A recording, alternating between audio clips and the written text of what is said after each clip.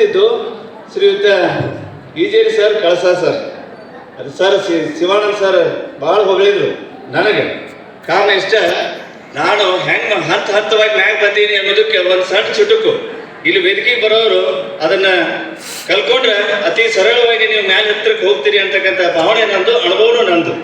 ಒಂದ್ಸರಿ ಒಂದು ಪಂಚಾಯತಿ ಮೆಂಬರ್ ಮಾಡಬಾರ್ದು ಅಂತ ಇಲೆಕ್ಷನ್ ನಿಲ್ಲಿಸಿದ್ರು. ಅವರು ಮೆಂಬರ್ ಮಾಡಬಾರ್ದು ಅಂತ ತಿಳ್ಕೊಂಡು ಅವ್ನು ಕೆಡಬೇಕು, ಅಸಹ್ಯ ಮಾಡ್ಬೇಕು ಅಂತ ತಿಳ್ಕೊಂಡು ಅವ್ನು ಮೆಂಬರ್ ಇಲೆಕ್ಷನ್ ನಿಲ್ಲಿಸಿದ್ರು. ಅವಾಗ ಅವ್ನು ನಿಂತ್ಕೊಂಡ, ಆದ್ರೆ ಅದೃಷ್ಟ ಲಕ್ಷ್ಮಿ ಅವನ ಕಡೆ ಇದ್ರು. ಅವ ಆರಿಸಿ ಬಂದ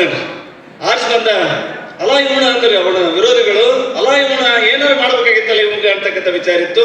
ಅಷ್ಟೊತ್ತಿಗೆ ಇಲೆಕ್ಷನ್ ಒಳಗೆ ಆರಿಸಿ ಬಂದ.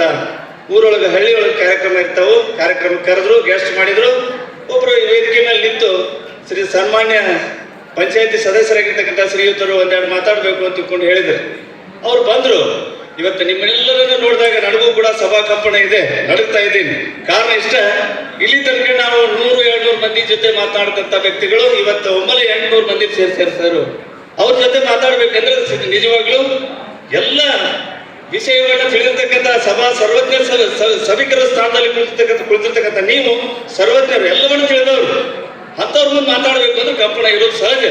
ಅಂಥ ಹೊತ್ತೊಳಗೆ ಮೆಂಬರ್ ಆದವ್ರು ಪ್ರಥಮದಲ್ಲಿ ಬಂದು ನಿಂತ್ಕೊಂಡು, ಸನ್ಮಾನ್ಯ ಅಧ್ಯಕ್ಷರೇ, ಮುಖ್ಯ ಅತಿಥಿಗಳೇ, ಯಾವತ್ತು ನನ್ನೂರಿನ ತಾಯಂದಿರೇ, ಸಹೋದರರೇ, ಸಹೋದರಿಯರೇ, ತಮ್ಮೆಲ್ಲರಿಗೂ ನಮಸ್ಕರಿಸಿ ಇವತ್ತೇನು ಮಾತಾಡ್ಬೇಕಂತ ಮಾಡೀನಿ ಅಂತ ತಿಳ್ಕೊಂಡು ಒಂದು ಪ್ರಶ್ನಾರ್ಥಕ ಚಿಹ್ನೆಯನ್ನು ಹಾಕಿಕೊಂಡಾಗ ಅವನ ಆಗಿ ಬರಲಾರ್ದವ್ರು ಕೂತಿದ್ರು ಆ ಕಡೆ ಮೂಲ್ಯಾಗ.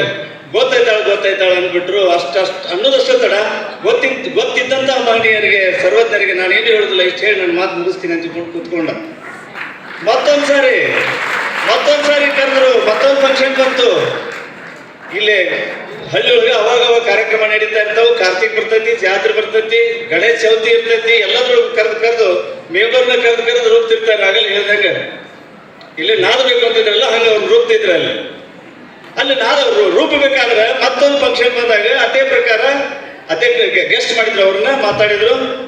ಯಾವತ್ತು ನನ್ನೂರಿನ ಹಿರಿಯರೇ, ತಾಯಂದಿರೇ, ತಮ್ಮೆಲ್ಲರಿಗೂ ನಮಸ್ಕರಿಸಿ ಇವತ್ತು ಏನು ಮಾತಾಡ್ಬೇಕಂತ ಮಾಡೀನಿ ಅಂತಂದಾಗ ಗೊತ್ತಿಲ್ಲ ಅಂತ ಹೇಳ್ಬಿಟ್ರು. ಅವತ್ತು ಇದು ಕುಂತವರು ಅವನ ವಿರೋಧಿಗಳು ಗೊತ್ತಿಲ್ಲ ಅಂದ್ರು. ಏನೂ ಗೊತ್ತಿಲ್ಲದ ಇರ್ತಕ್ಕಂಥ ಅದಮರಿಗೆ ಅಥವಾ ತಿಳಿದೇ ಇರ್ತಕ್ಕಂಥ ತಿಳಿಗೇಡಿಗಳಿಗೆ ನಾನೇನು ಹೇಳೋದಿಲ್ಲ, ಎಷ್ಟು ಹೇಳಿ ನಾನು ಮಾತು ಮುಗಿಸ್ತೀನಿ ಅಂತ ಕೂತ್ಕೊಂಡು ಮತ್ತೊಂದು ಸಾರಿ ವೇದಿಕೆ ಕರೆದಾಗ ಮತ್ತೊಂದು ಸಾರಿ ಬಂತು, ಫಂಕ್ಷನ್ ಬಂತು. ಅವಾಗ ಕರೆದಾಗ ಕೇಳಿದ್ರು, ಮಾತಾಡ್ಲಿ ಅಂತ ತಿಳ್ಕೊಂಡು ಹೇಳಿದ್ರು. ಮಾತಾಡ್ಲಿಕ್ಕೆ ಬಂದ್ರು. ಅವಾಗ ಸ್ವಲ್ಪ ಅವರಿಗೆ ಸ್ಟೇಜ್ ಕರೆದು ಬಂದಿತ್ತು, ಧೈರ್ಯ ಬಂದಿತ್ತು. ಅವಾಗ ಯಥಾ ಪ್ರಕಾರ ಮಾತಾಡಿದ್ರು. ಆತ್ಮೀಯ ಸಹೋದರರೇ, ಇವತ್ತು ನಾ ಏನು ಮಾತಾಡ್ಬೇಕಂತ ಮಾಡೀನಿ ಅಂದಾಗ ಅವರು ಪ್ಲಾನ್ ಮಾಡಿದ್ರು. ಇವಾಗ ಏನಾರು ಮಾತಾಡ್ತಾರೆ ನೋಡೋಣ ಅಂತ ತಿಳ್ಕೊಂಡು ಹೇಳಿ ಅರ್ಧ ಜನ ಗೊತ್ತೈತಿ ಅಂದ್ರು, ಇನ್ನು ಅರ್ಧ ಜನ ಗೊತ್ತಿಲ್ಲ ಅಂದ್ರು. ಗೊತ್ತಿದ್ದಂಥವ್ರು ಗೊತ್ತಿಲ್ಲಾರ್ದವ್ರಿಗೆ ಹೇಳ್ರಿ ಅಂತ ತಿಳ್ಕೊಂಡು ಹೇಳಿ ಇಷ್ಟು ಹೇಳಿ ನಾನು ಮಾತು ಬಿಡುತ್ತೀನಿ. ಅವಾಗ ಅವ್ರ ಪರಿಸ್ಥಿತಿ ಅಲ್ಲ, ಇವನು ಹೆಂಗೆ ಅವನ ಅಸಹ್ಯ ಮಾಡಬೇಕು, ಅವನು ಹೆಂಗೆ ತಳಿಗಳಿಬೇಕು, ಕಾಲು ಕೆಟ್ಟಬೇಕು ಅಂತಕ್ಕಂಥ ವಿಚಾರದೊಳಗನ ಜಗತ್ತಿನ ಎಲ್ಲ ಜನ ಕಾಯ್ತಾ ಇರ್ತಾರ.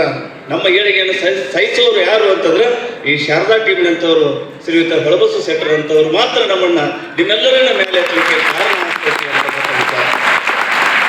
ಕೊನೆಗೆ ಮತ್ತೊಂದು ಸಾರಿ ಅವನು ಕರೆದಾಗ ಏನು ಮಾತಾಡಲಿಲ್ಲ ಅವರು. ಯಾರು ಏನು ಮಾತಾಡೋದು ಬೇಡ, ಇವತ್ತೇನು ಮಾತಾಡ್ತಾರೆ ನೋಡೋಣ ಅಂತ ತಿಳ್ಕೊಂಡು ಹೇಳಿದ್ರೊಳಗಾಗಿ ಆ ವ್ಯಕ್ತಿಗೆ ಏನಾಗಿತ್ತು, ಧೈರ್ಯ ಬಂದಿತ್ತು. ನಿರಂತರವಾಗಿ ಸುಮಾರು 15-20 ನಿಮಿಷ ಆ ಕಾರ್ಯಕ್ರಮವನ್ನು ಕುರಿತು ಮಾತನಾಡಿದ. ಅವಾಗ ಸಭಾ ಕಂಪನ ಇರಲಿಲ್ಲ, ಅವು ನಡುಕಿರಲಿಲ್ಲ, ಏನಿಲ್ಲ. ಹಾಗೆ ಅವ ಹಂತವಾಗಿ ಮೇಲೆ ಬಂದ ಅಂತಕ್ಕಂಥ ವಿಚಾರ. ಅದಕ್ಕಾಗಿ ಆತ್ಮೀಯ ವಿದ್ಯಾರ್ಥಿಗಳೇ, ನಿಮಗೆ ಇಲ್ಲಿ ಗುರುಬಳಗ ಹಾಗೂ ಶಿಕ್ಷಕರು ಜೊತೆಗೆ ಪಾಲಕರು ನಿಮಗೆ ಹೇಳೋದನ್ನ ಹೇಳಿದಾಗ ಕಿರಿಕಿರಿ ಅನಿಸ್ತೈತ್ರಿ. ಎಷ್ಟು ಕಿರಿಕಿರಿ ಅನಿಸ್ತೈತಿ ಅಂದ್ರೆ, ಎಷ್ಟು ನಮ್ಮ ಮನ್ಯಾಗ ಶಿಕ್ಷಕರು ಬರೀ ನೀ ಡಾಕ್ಟರ್ ಆಗಬೇಕು, ಇಂಜಿನಿಯರ್ ಆಗ್ಬೇಕಂತ ಒತ್ತಿ ಹೇಳ್ತಾರೆ. ಅಭ್ಯಾಸ ಮಾಡು ಅಂತ ಹೇಳ್ತಾರೆ. ನಮ್ಗೆ ಸಾಕಾಗೈತಿ ಅಂತಕ್ಕಂಥ ವಿಚಾರ ಕೆಲವು ಮಕ್ಕಳಲ್ಲಿ ಬರ್ತಾ ಇದ್ದಾರೆ, ಎಲ್ಲರಲ್ಲೂ ಇಲ್ಲ. ಅವಾಗ ಏನು ಅನಿಸ್ತೈತಿ ಅಂತಂದ್ರೆ, ನೀವು ಪಾಲಕರಾದಾಗ ನಿಮ್ಮ ಮಕ್ಕಳು ನಿಮ್ಮ ಮಾತು ಕೇಳದೆ ಹೋದಾಗ ಏನಾಗ್ತೈತಿ ಪರಿಸ್ಥಿತಿ ಹೆಂಗಾಕೈತಿ ಅಂದ್ರೆ, ಒಂದು ಇಲ್ಲಿ ಹಳ್ಳಿಯವರೆಲ್ಲ ಸ್ವಲ್ಪ ಜನ ಅದೀರಿ ಅಂತ ತಿಳ್ಕೊಂಡಿನಿ ನಾನು.